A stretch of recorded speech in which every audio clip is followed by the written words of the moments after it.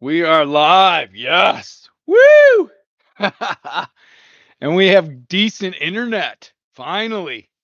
Oh, so happy to have a good quality internet connection, even if my camera is pretty crummy, which I don't know. Cameras on computers usually aren't all that great, but it was a long, lovely day. Oh man, I gotta get hold on. Oh, yeah. Give it there. Put it in the freezer. Sometimes the old sometimes the old fridge doesn't really want to keep things cold, so have to throw them in the freeze, but ah, that has been earned. Today we had lovely Maine weather. Couldn't be happier about that. Fog, rain, and oh, Thomas Murphy in the house. Make sure we keep it appropriate there, Cap. Don't need you getting thrown off or anything like that. Love you, bud. That's my buddy Thomas Murphy. We're both here at the old yard. Island man, how's it going? Good to have some people in the on the live. And definitely feel free, hit me up with any questions, anything like that. I don't mind sort of messing up the stream of thought because my brain barely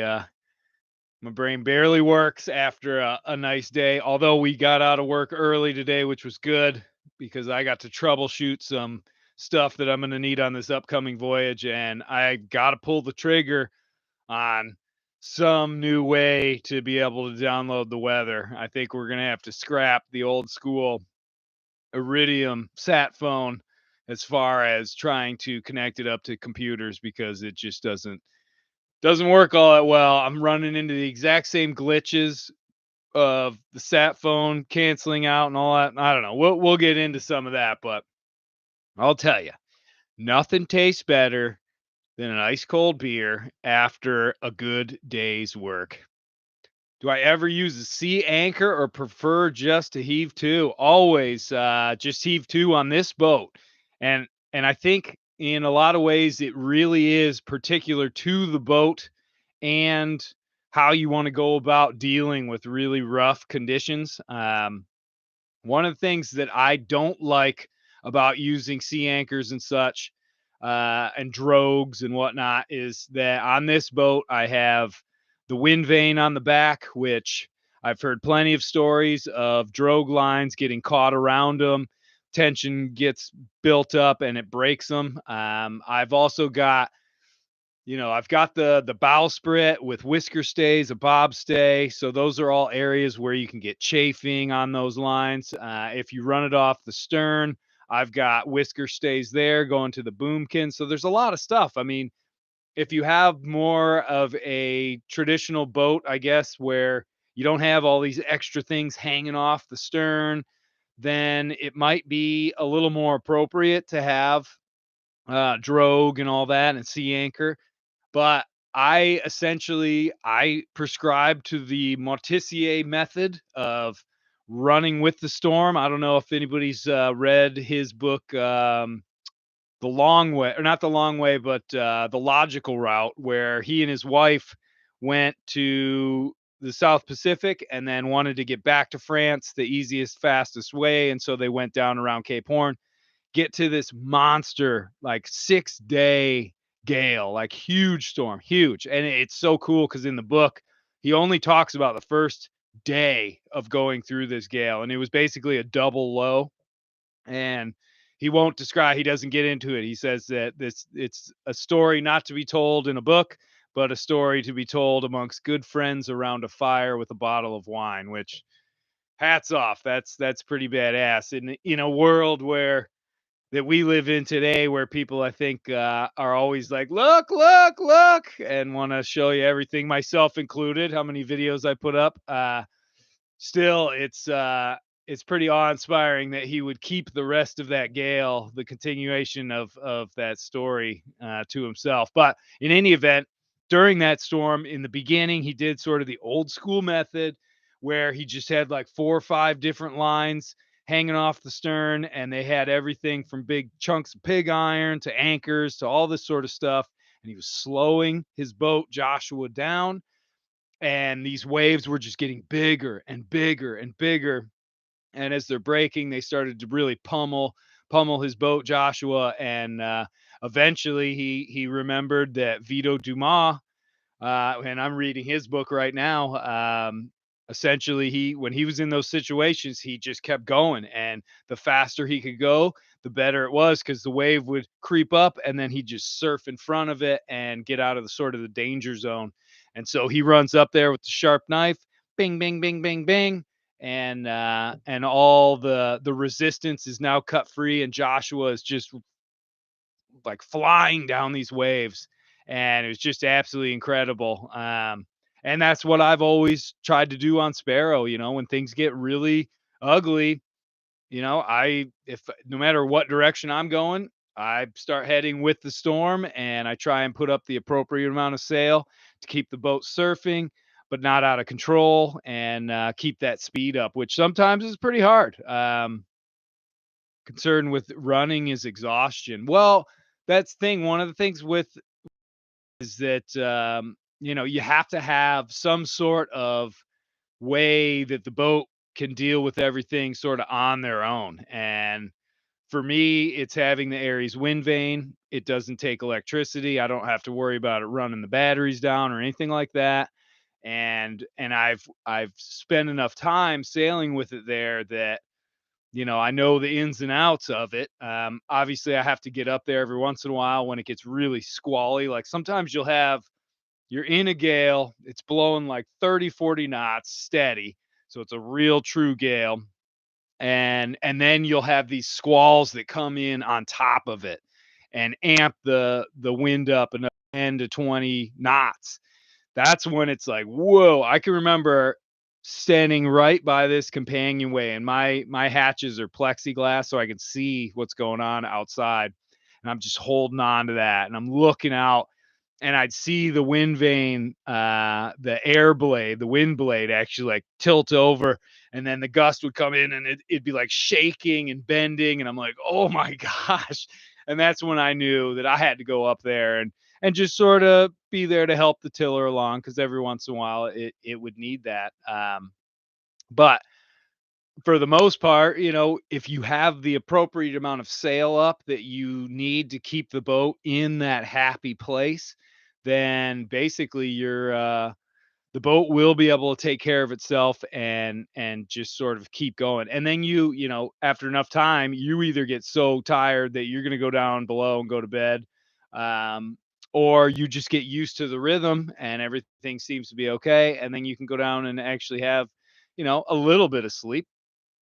I got an Aries as well. Yeah, the Aries is just so overbuilt. I know I was watching some of the Golden Globe race, and one of the leaders up there ended up their hydro blade already broke, or hydro vane, and it was kind of funny too because in the little news blurb, they made sure to mention that the guys from Hydroblade had said that this is a very unusual event, and it's probably the first time in history one of these things has ever broken and all that. And I was kind of like, oh my gosh, that's where that sponsorship stuff just gets, I don't know, it gets a little shifty in my mind. But I don't know.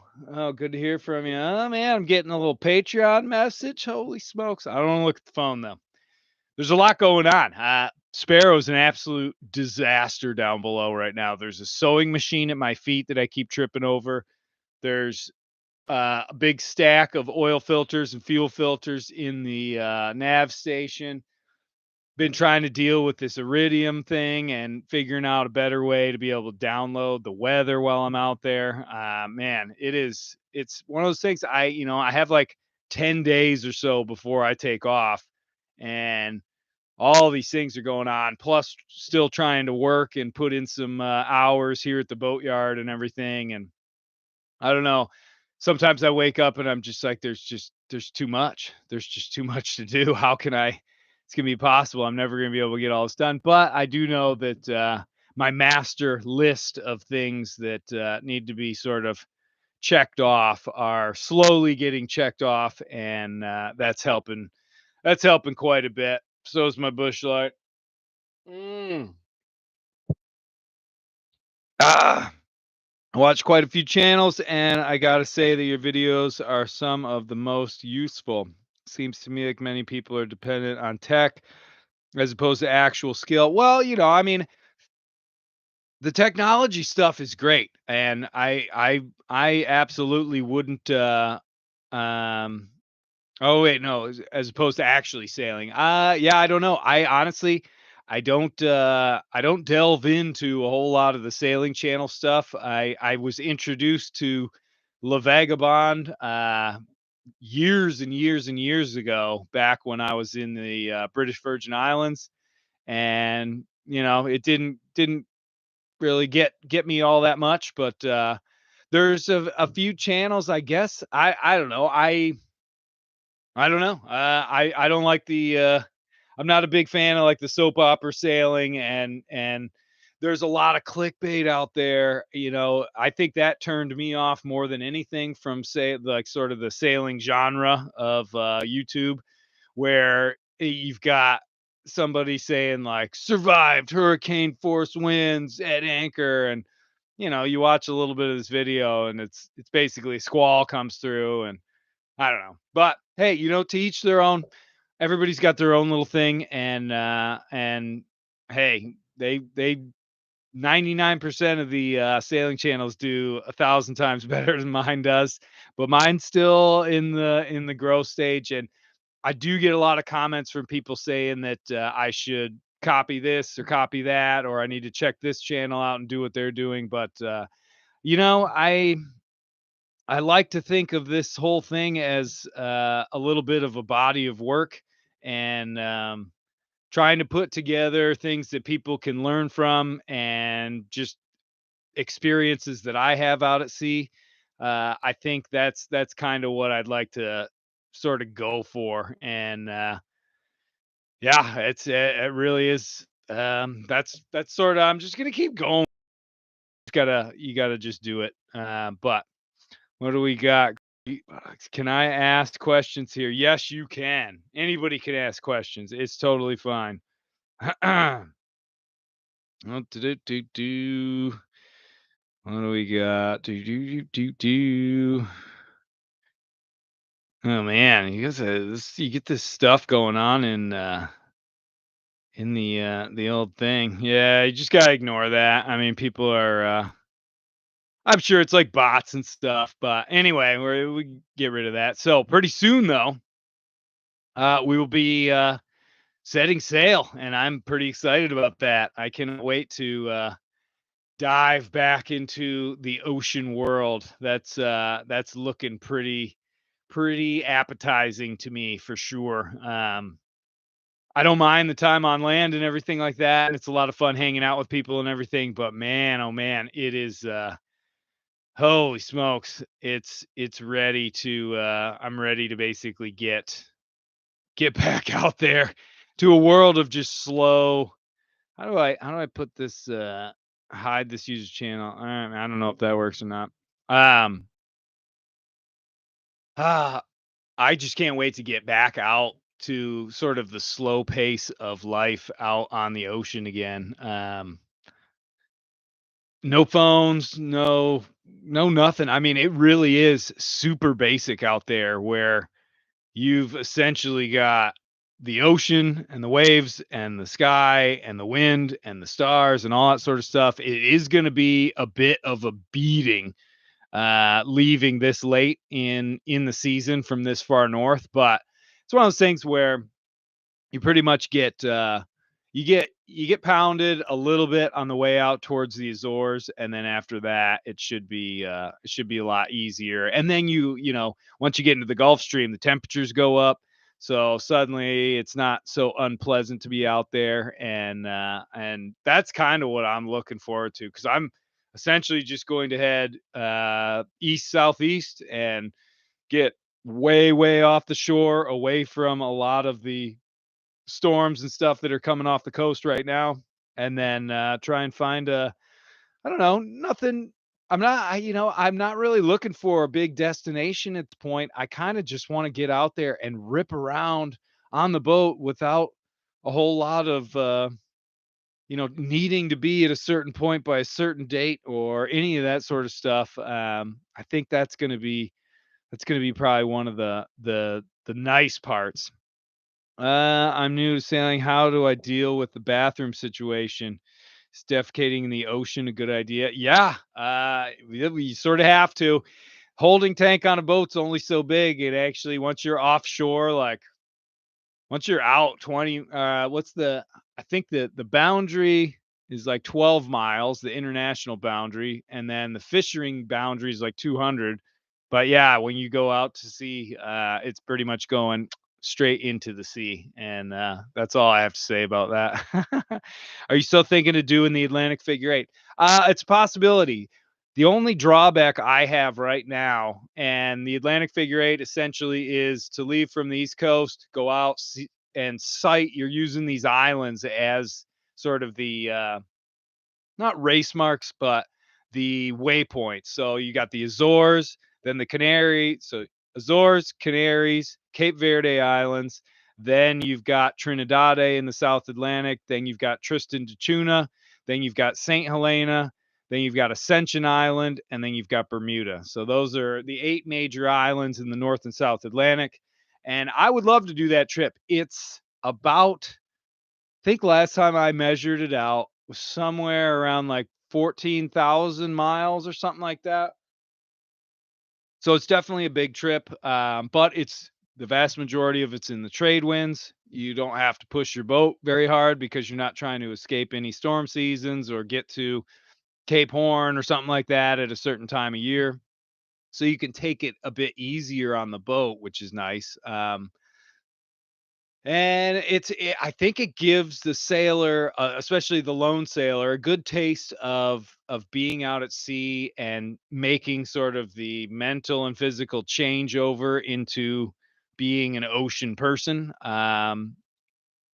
Without the sort of the dangers and the risk that's involved and the need for specific equipment to get around the Southern Ocean. And that's where, it takes a lot of money. You got to have new sails. Like to head down to the Southern Ocean with a bunch of old sails is ridiculous. You just would never do it. So, but to go out for a long venture, I got a sewing machine. I've got a couple sets of sails. They're all pretty old, but I was fixing a lot of them this weekend, and I think the one thing I'm missing right now is the spinnaker, but I probably use the spinnaker about 2, 3 times on any trip that I'm out there, and it's usually a fiasco, and I usually end up destroying it anyway. Because I leave it up and then I either go to sleep, or that was what happened the last time I put it up. Everything was just totally fine. The forecast looked great. Everything should have been fine, and I went to sleep and woke up, and the wind was about 10 knots stronger. And the only reason the spinnaker hadn't completely broached us or anything like that was that a huge chunk of it tore, and it opened up a big hole in the spinnaker and was just letting air pass through. So it basically depowered itself. But as I was pulling it back down, it pretty much just shredded. So, do I eat a lot of tacos. Ah, but yeah. So I don't know. It's one of those things where right now we're still in the prep stage because if the trying to take off next week would be essentially, oops, oh man, I'm pressing the wrong buttons here. Trying to take off next week to set sail. How do you do this channel? All right, there we go. Trying to set sail sometime next week, and and then I'm not sure exactly how long I'll actually be out there for. I think it's a little bit up in the air. A lot of it will have to do with how the sales and everything sort of perform. It's going to get, if the sales just absolutely die because you got to understand that I have about 70,000 miles or so on some of these sales, and that's a lot. That's like way past their expiration date. And even though I have a sewing machine and I can fix them, there does get to it can get to a point where it's ridiculous, and the sales just keep breaking, and seams keep letting go, and then they're just sort of shredding. Have you considered doing the Golden Globe race? I think it's your style. The idea of the Golden Globe race I think is great. The way they run it though is not I don't think it's very it's that part is not my style, where you have to go through these film gates and you have to drop off all this footage, and they have limits on how far south you can go, and I don't know, it's not I think that course of sailing around the world alone and without stopping is something that it was something that I needed to do years and years and years ago. But it to sit there and try and compete with other people to get around, I think the most appealing part of that race for me is the fact that it's sort of almost going to always be a last man standing sort of thing where you know the first time there were 18 people set out, and I think 4 of them finished without stopping. And then this one, 16 people set out, and 3 have already retired from it. One a guy ran aground. So I don't know. I think it is pretty cool in that. Um, but it's just not my style. I don't know why I wouldn't want to race. I wouldn't want to pit myself against other people. I think it's challenging enough just to do the course. But I think it's also a little bit more challenging when you set out there without a race committee and rescue strategies and people who are monitoring what's going on and all that sort of stuff. I mean, when I did my trip, I wanted my trip to be as close to the original Golden Globe as possible. And that sort of meant, no sponsorships and basically no rules at all, besides setting sail from north of 40 degrees north latitude and making it all the way around the world without putting an anchor down, running aground, or tying off to anything. And that was my goal. And I don't even know if I would ever want to do that trip around the world like that ever again. I was thinking about that the other day, just because if you do it once, I mean, you have to get it out of your head that it's like this fun activity that's full of joy and all stuff. The vast majority of it, especially once you get down to the Southern Ocean, is miserable. It's scary. It's dangerous. It's uncomfortable, and the whole time you're just pretty much really really stressed out. So it's not all that appealing. It's one of those things where like I did it once and I'm glad I did it. It taught me a lot. Yeah, I grew as a person, but I don't think there might be other round the world trips like going the other direction or trying to add something into it, make it a longer, crazier trip. I don't know. That's off in the future. I wouldn't want to do that exact same route again, I don't think. What boat would you choose if you didn't own a West Sail 32? That one's tricky because I'm not hugely experienced in some of these other ones. I know, what is it, the Rustler 36 or Rustler 38 is a pretty popular one for those. The Contessa 32 would probably be pretty good. I've heard that's really sea kindly. That guy John Kretschmer, he he loves those boats. Thinks they're basically the best offshore boat out there. Sea kindly, really, and all that sort of stuff. West Sail is just what I went with, and I enjoy the confidence that it gives you when heavy weather is coming in. But I also am able to put up with a lot of the crummy aspects of these boats. The full keel with the really rounded bottom. It has a tendency to roll. They are not fast and they don't do well going upwind. So it's one of those things where, like on this trip, one of the things that I don't want to do unless I absolutely, absolutely have to is go upwind. I don't want to go and head into the wind if there's actual waves and stuff. When it's super calm, like in the doldrums and the wind's blowing 5 knots, boom, I will be hard on that wind with the drifter, staysail, mainsail up, and that's great just because it keeps you going. But when you actually have to pound into head seas and all that sort of stuff, these boats just show you their buoyancy, that bow is so rounded that it hits the wave and boing comes right back, boing boing, but it's like hitting a speed bump. I don't know if anybody saw that video, the last like little 10 or 15-minute video I did. There's a few little examples of sort of bashing into these head seas, and I don't know. It's definitely a pain because it's really just it's uncomfortable. You hit some, it's like hitting a brick wall every few seconds. And so one of the cool things about this next trip, being that there's really no huge destination in mind, you know, if things change, I can just peel off and head the other way for a little while. As long as I get far enough east to be able to go south across that equator and hit the southeast trades, if that ends up being the direction I go, then then that's all I really need to do. If you theoretically had to hit Sparrow from cutter, what rig would you choose? I had to rig Sparrow from a cutter. Had to re-rig it from a cutter. What rig would you choose? I don't know. I like the cutter rig. I'd never sailed one before, and sort of having the interstay. I think, you know, as nice as it is to have that bowsprit out there because it allows you to have sort of a smaller boat, which is a little easier to handle.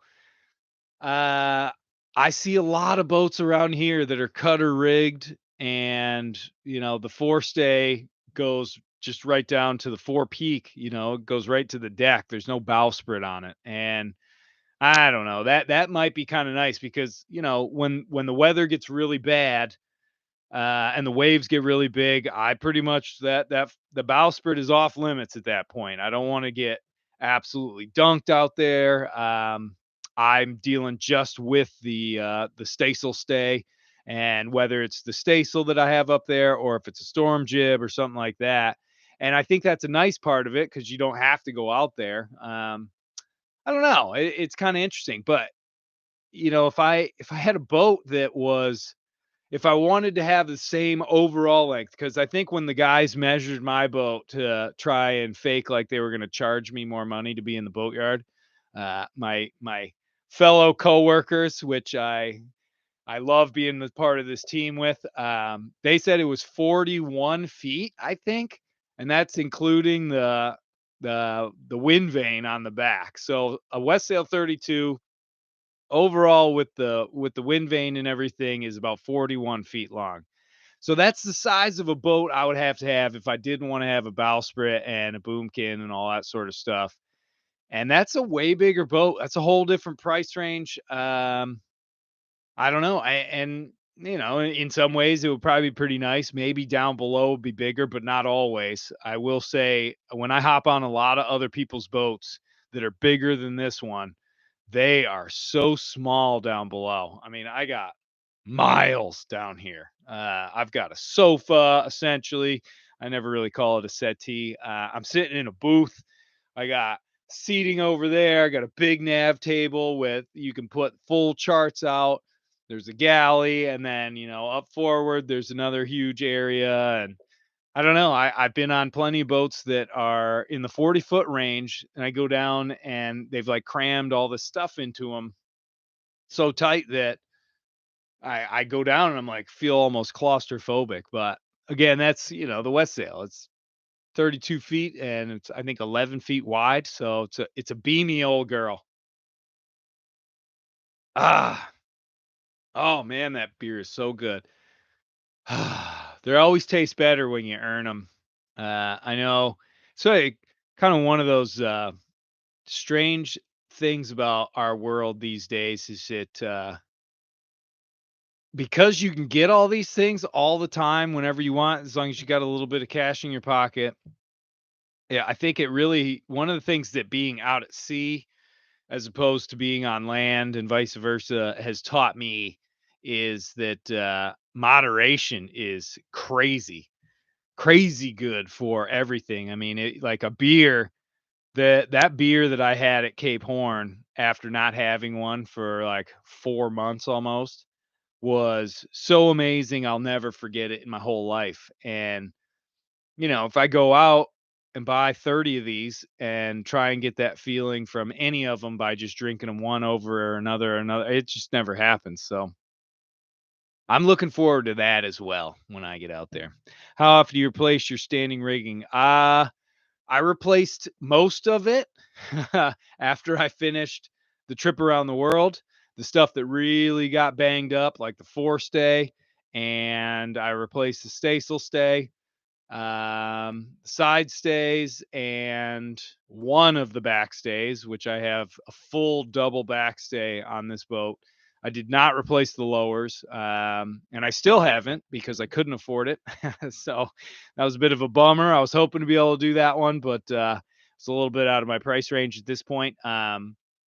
Typically, they say 50,000 miles, I believe. I really want to get Larique on the podcast because he's an expert rigger up here. And I believe he always says 50,000 miles, or it's either 5 years or 10 years. I can't remember. But essentially, you gotta look at what you're putting your boat through, what's getting the most stress. Um, Ideally, I would love to be able to replace all the standing rigging. I'd love to be able to do that like right now because it's been I've put probably another almost 50,000 miles on the boat since the trip around the world. Maybe just shy of that.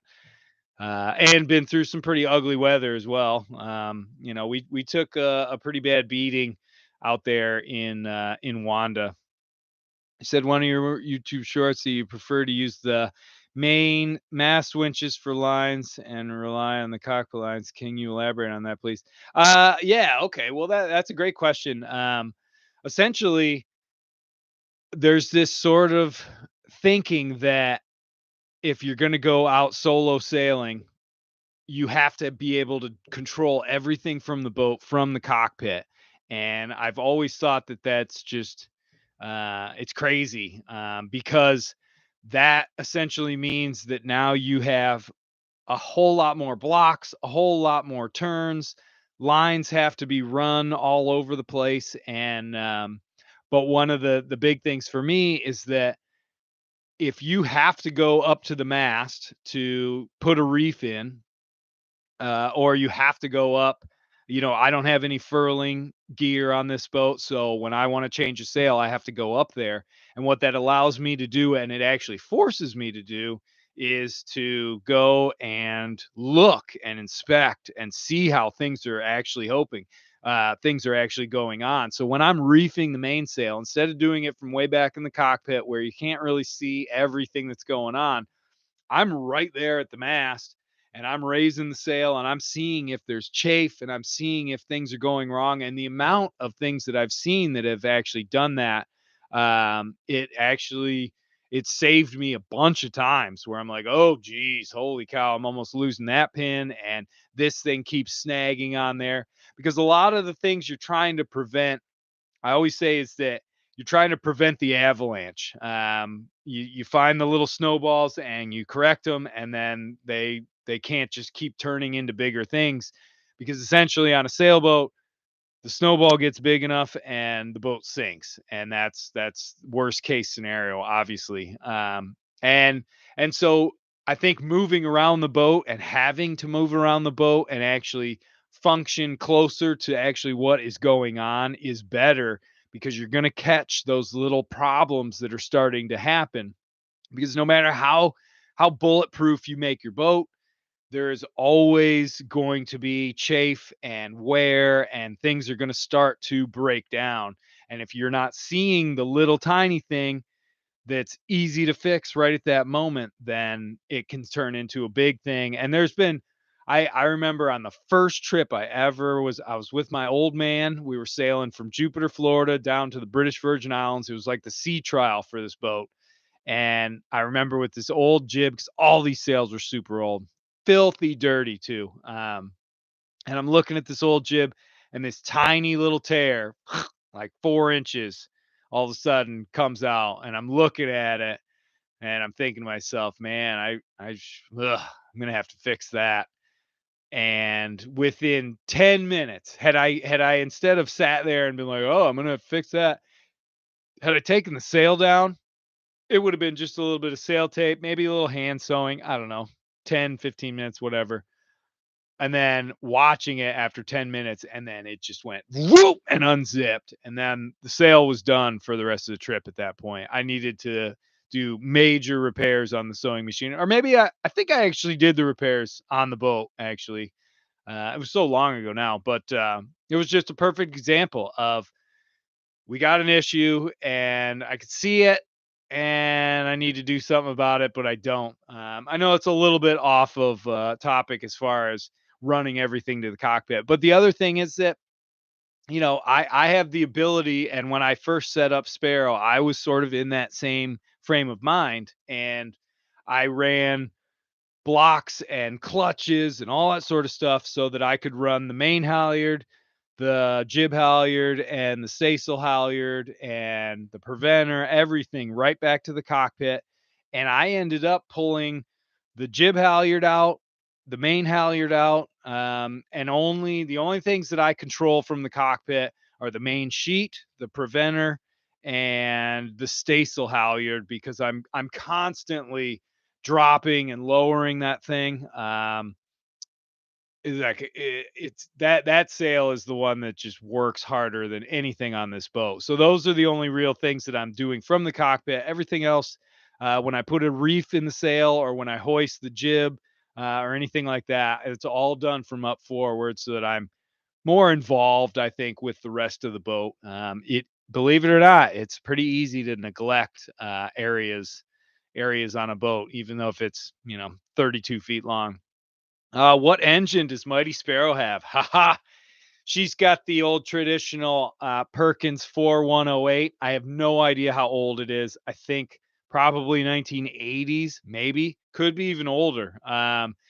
Unfortunately, it's a 50 horsepower, which I suppose maybe that isn't unfortunate. It's just unfortunate because it's really loud and it's kind of bigger. Normally, they had like 38 or 36 horsepower Perkins in these boats. I know a lot of people have betas and oh, I forget what some of the other. We just pulled a 4108 out of another West Sail that's here called Talisman, and they're going to spend all winter with it out at their garage and fixing it all up and stuff. But mine, it's a bit overpowered, and the only problem with that is that I can't run it at a proper RPM to have it really get up to temperature like it should. I think typically with most engines, you want to be able to cruise at about 1800 RPM, something like that, maybe 2000. And if I tried to run this engine at 2000 RPM, it would sound like this thing's going to explode. And I get up to hull speed at about 1000 RPMs. So there's no reason to really push it.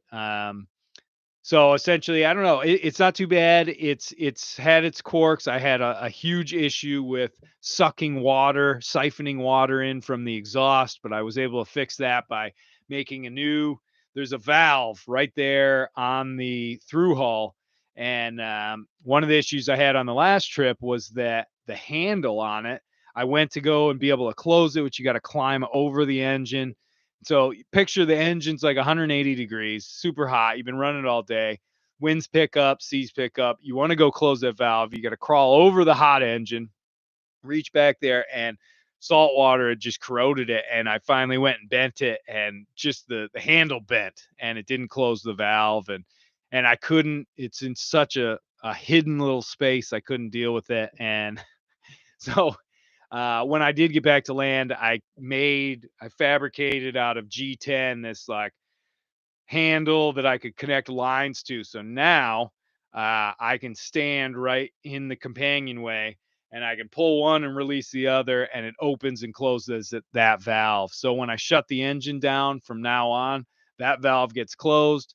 no more problem with salt water getting into the engine and having to deal with all that sort of stuff. And that definitely helps quite a bit. But it's been a reliable engine. Obviously, I got a few impellers. I take a decent amount of oil filters. I've got all sort of the basic spares, but I on the first trip again with the old man, we got into a nice little blow and ended up sucking water into the engine. And back then I had no idea how to fix it. Didn't have a diesel manual on the boat. And we were engineless pretty much the entire way down to the BVI, which, in some ways it was kind of cool because we sailed our way all the way down there. And in other ways, it was kind of a pain in the ass, like when we got becalmed and had to sit there but all said and told on that trip, the last 2 days we went through a proper like force 9 gale. And that was awesome because we got to test the boat really well. We had this like father son sort of experience, and that stuff is just priceless. And he and I both have these memories, and I have like a couple of pictures of him at the helm, the bright blue sea with the big breaking waves. And man, oh man, that was so good. I was very fortunate that the circumstances ended up that he and I did that first trip instead of me doing a solo adventure out there. Because you get time like that with the old man.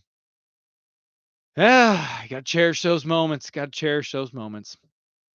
What are your thoughts on lazy jacks? I think lazy jacks are great for cruising if you're going to be in and out and all that sort of stuff. I've never had lazy jacks on this boat, um, mostly because they're really for offshore ocean sailing. There really isn't a whole lot of reason to have it on a boat this small.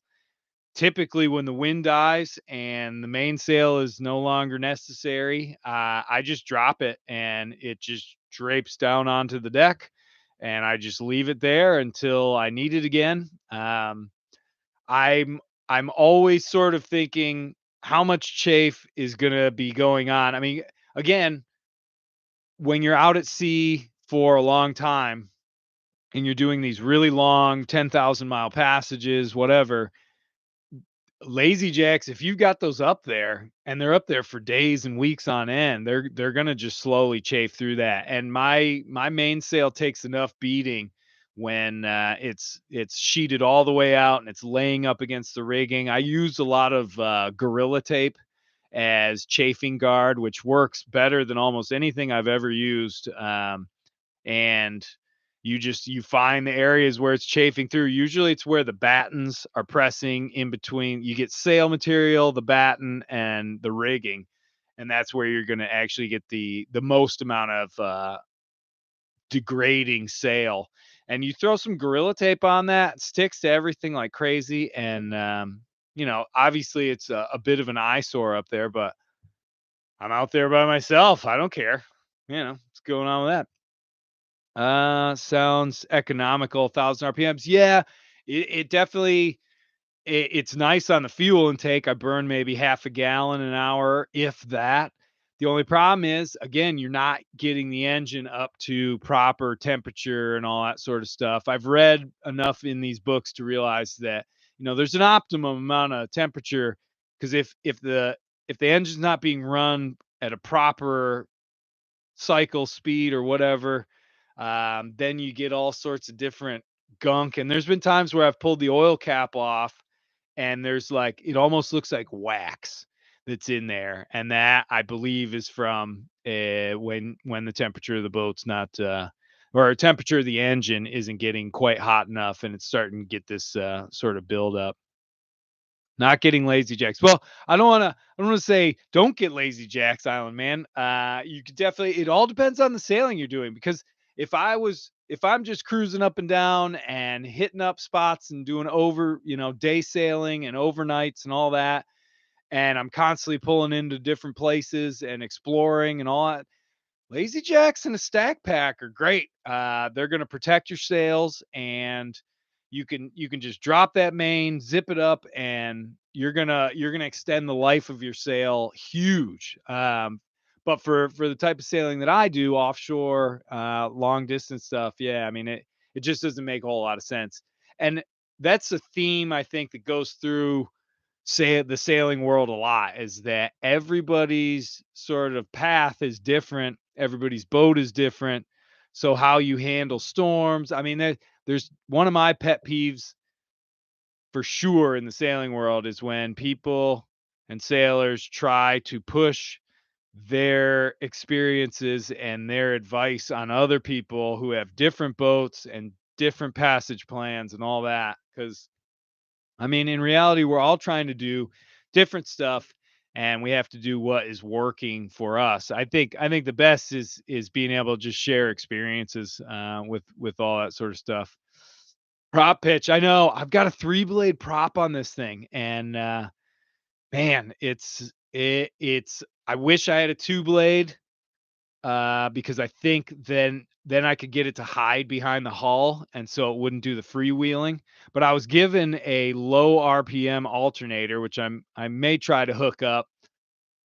That's one of the downfalls of the old. I don't know if it's the Perkins engine or if it's the Velvet drive transmission, but the it'll freewheel if I don't stop it somehow, and my only way of stopping, is to put a pipe wrench right there onto the, onto the prop shaft just behind the engine, and I've learned how to do it safely at this point, which is nice, but, and it does work. It just you have to remember it's there so you don't fire up the engine because it always wants to sort of kick. I smashed my finger up really bad the first time I did it because I didn't realize just how much power is in a freewheeling prop. But if I could figure out a way to hook that thing up, the low RPM alternator, that'd be a nice source of extra electricity. But I do have a nice so get lazy jacks, but take them off for longer passages, simpler, less chance of issues. Yes, see, that's solutions. I like that. That is absolutely perfect. White Gorilla Tape? No, not that I've seen. I think their trademark is black Gorilla Tape, but I don't know. White would be pretty good. I really, I reached out to that company actually. There were two companies that I've ever reached out to well, three, I should say. I reached out to Bush Light and sent them my picture of me drinking a beer at Cape Horn, but they said they couldn't. They were really excited about my adventure, but they couldn't use any of the material because they can't support drinking and boating at the same time, which I guess it's understandable. But I reached out to Gorilla Tape and I reached out to Goal Zero because those two companies make stuff that I use constantly on this boat. I put Gorilla Tape on just on some wiring for the GPS aerial for the AIS at Cape Horn, and that is still there. And that was back in 2018, and it is still there and it's still holding. It's absolutely crazy. The other one is Goal Zero, and they're just these little power packs. I'm looking at it. It's over here. Maybe I can show you real quick. Uh, uh, little promo. Ew, that's the Goal Zero right there. That's kind of a bigger one, but essentially, I've got these two little solar panels, and it's sort of the backup electricity for Sparrow. And I've always thought of it as worst case scenario, complete utter failure, like the batteries get fried or I get hit by lightning or whatever. This will allow me to charge the sat phone, charge the inReach, charge the computer, and it has these independent little tiny solar panels. And I've had this one for a couple trips. The one I had before lasted quite a long time, and it's just nice to have that just to plug in a USB to charge, your phone for listening to podcasts or whatever. It absolutely, they're phenomenal, and they seem to stand up really well. But I've heard nothing back from either of those. I guess you gotta enter the Golden Globe and win that. Will you collaborate with other YouTube sailors, influencers, or do you prefer the lone Seawolf style? No, I definitely would. Again, it's one of those things where it's really hard to reach out to a lot of these people. I mean, I've always wanted to go and I know I don't know any of the influencers. I only know the other solo sailors like Matt Rutherford. I know him personally. I know Randall Reeves personally. We talk a lot. Um, but they're all in the same boat I'm in where we don't we're usually out sailing and we're not sort of in the mindset of trying to film it all.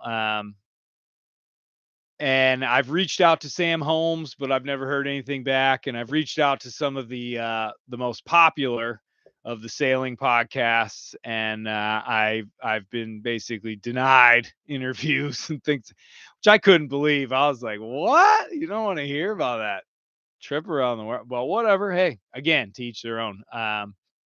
So I don't know. I would definitely collaborate. I just and it's interesting. There's a few people that were doing some of these sailing story things, and they didn't have a huge subscriber account or anything like that. And I reached out to them because they were using some pretty dog shit. Excuse my language.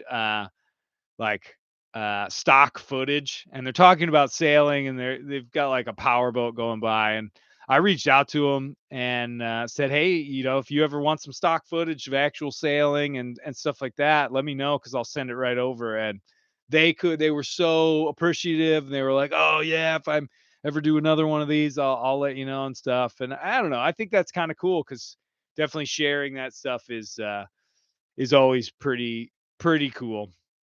Sam Holmes wants a West Sail. Yeah, it'd be interesting to see what Sam would do with a West Sail. I mean, he sails a lot. He's all over the place. He loves. I definitely I've watched a couple of his videos, and just for sort of inspiration, really. And yeah, I mean, he's the man. I think as far as solo sailors go, he's probably one of the most popular ones out there. And he just seems like really down to earth sort of guy and everything. And I don't know, I always wanted to have him on the podcast for sure. And I think if he's once I don't know how long he's going to be abroad. I think he's over in England or France or something like that right now. But yeah, if he's ever back in the States and I'm in the States and I can get to him, I'd love to sit down and chat with him and all that sort of stuff. But yeah, he does a great job. When you look at the ocean, what type of signs, concerns make you take certain actions to prepare? You know, the more Bernard Moitessier had a great saying, the more he learns about the clouds and the sky and the ocean and all that sort of stuff, the more he realizes he has no idea what's actually going on. And yeah, it's one of those things where I'll definitely look at what the cloud formations, if you get the mare's tails, the big wispy clouds and stuff up there, if you get a mackerel sky, you're looking mostly for the super high altitude stuff, because that's sort of a telltale sign of an approaching low. You coagulate or not coagulate. You compare that up with your barometer, and you see if your barometer is starting to fall, and that's pretty rock solid evidence that you've got something coming in. And there have been definitely times where the forecast on the computer that I'm looking at is telling me one thing, but nature and the barometer are telling me something else, and they were right, and the computer was definitely wrong. So, I think one of the interesting ones to this point is as I was sailing into the South Atlantic, once you get around 20, 30, 35 degrees south, there would be times where the swell started to build up from the southwest, from these low pressure systems way down in the Southern Ocean. And I wasn't feeling any wind, I wasn't seeing any clouds, any of that sort of stuff. But the heft of these waves that were coming up, and they weren't like tall by any means, but there was probably 1,000 feet in between each wave. I mean, you could tell that at one time these things were absolute monsters, and I was just feeling like the very, very last bit of energy out of them. So you definitely can look for that. I mean, there's been plenty of instances where the waves start to build up long before the winds actually hit you. But I don't know. I will say, I guess it'd be kind of interesting to talk about this. The angriest sky I ever saw. I was headed from Maine down to, I believe, Beaufort, South Carolina, and I had attempted to I was gonna motor across the Gulf Stream 'cause it completely flat becalmed, but I was a bit north. I was heading up closer to Hatteras, and I wanted to get further south. Buford's another, like, 100 and something miles, south, and I looked at the weather, and it looked okay, and the wind started to pick up a little bit out of the west, so I ended up, instead of crossing the Gulf Stream, I ended up heading further south, and then the next morning I checked the weather and boom, monster low is coming off.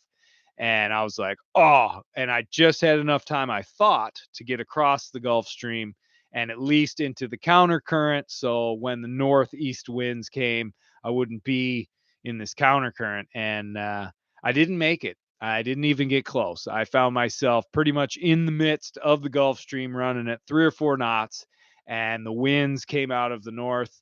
Um,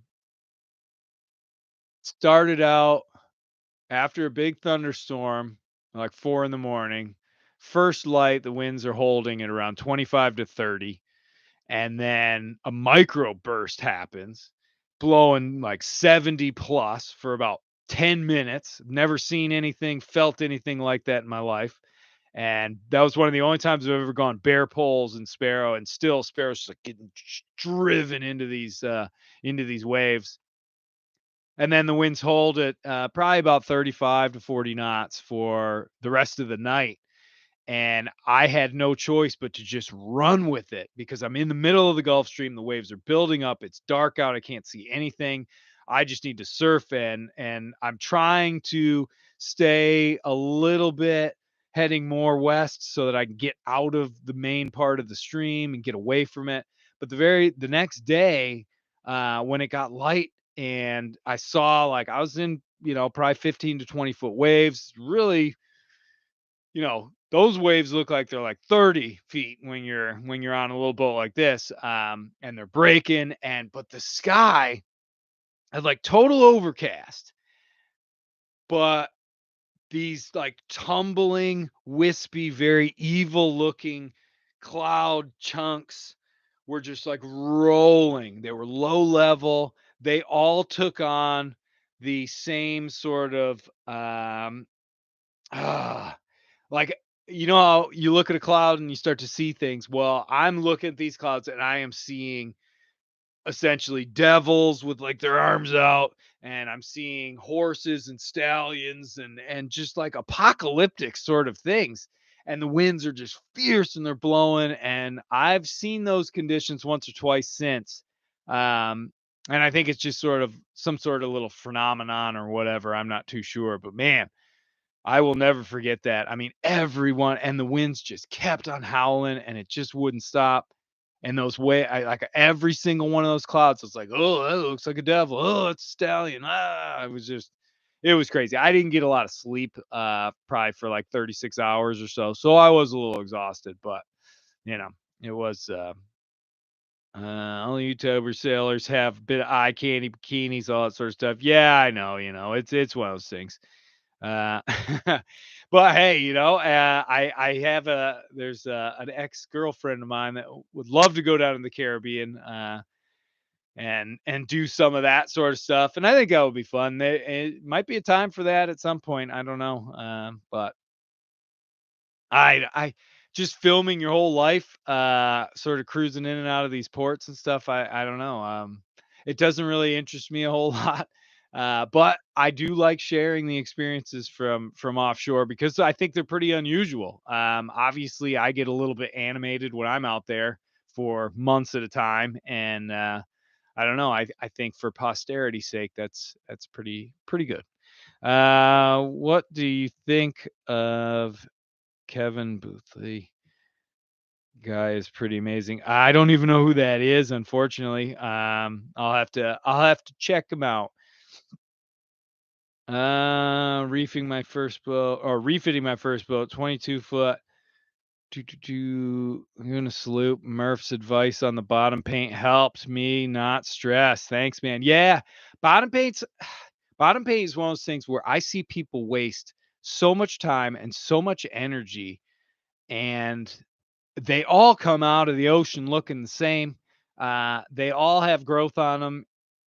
Ideally, like, even when I am sailing constantly, never stopping, there's been times with these gooseneck barnacle things that get on your boat when you're way offshore. It's just the roll of the dice. You sail through an area that the little spores or little eggs are in, and boom, they're on your boat. And they're gonna grow. And there's times where if it's warm and the water's okay and it's super calm, I'll go down and I'll scrape them off.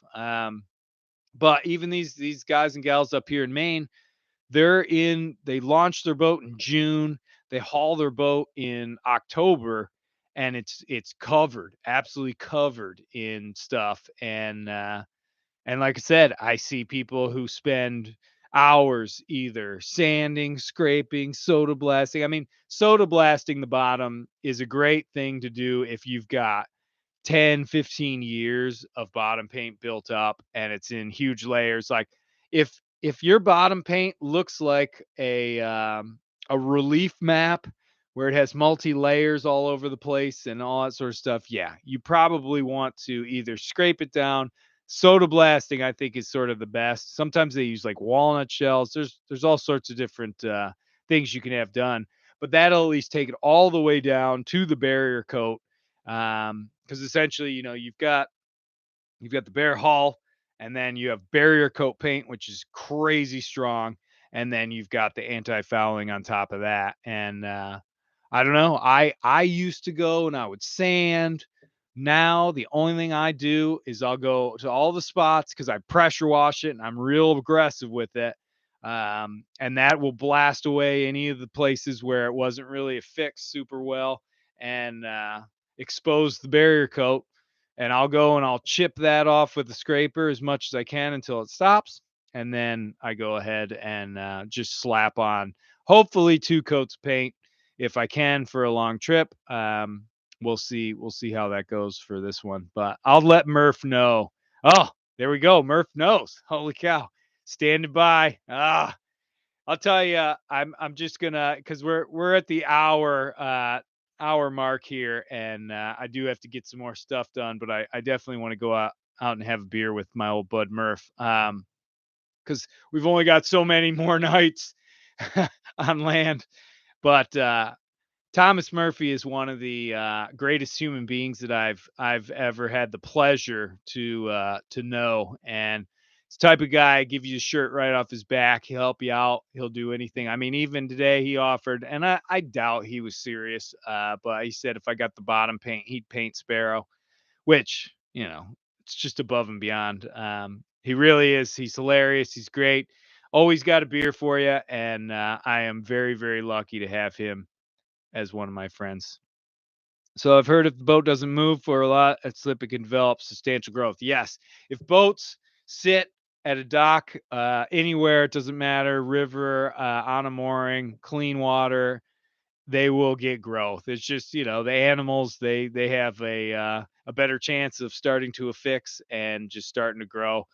I think it always helps if you have the water line of the anti-fouling paint a little bit higher than it needs to be. It just makes it easier to clean. But really, when it comes down to it, with maintaining the bottom, even when I would just sail down to South Carolina and sit at the dock, I grow this big beard on the boat, and before I set sail, I go down there and I scrape the whole thing. You get like a make these foot long scrapers. And my buddy Pax, he actually I've had him on the podcast. He does a great one about electricity. It almost looked like one of those pool cleaning tools, but it's a scraper that has a big float on it, and it's a bent pole, and essentially you can get underneath the boat and then you just pull it up and the pressure of the float scrapes all that stuff off. So obviously it's going to be pretty much impossible to tell if you do a really good job or not, but hey, if the water's 50 degrees and you don't have to hop into it, then why not? All right, guys and gals, thank you so much for watching and stuff. I'm hopefully going to do a couple more of these. now that the only reason I was able to do this was they moved my boat. I'm right next to the office, so the internet is good finally. And yeah, the support is absolutely huge. I'm going to be hopefully putting together some more podcast stuff before I take off. And with a little bit of luck, I'll be able to get an Iridium Go and be able to have people track my position on this next voyage and everything, because the old the old system ain't working all that well. And I don't know, I'm gonna come up with something. I just need to pretty much pull the trigger on it ASAP. And I will let everybody know via YouTube, via podcast, all that sort of stuff, of the best way to track the position and just see the little updates, because I like to do the daily update. And obviously when I'm out at sea, I'll keep that YouTube mentality of trying to film some of the stuff, and also do the podcast. So thanks for all your questions. Thanks for everything. Hope everybody has a fantastic week. Kill it so that this weekend is absolutely epic. All right, that is it. That is the end of the live stream. Have a good night.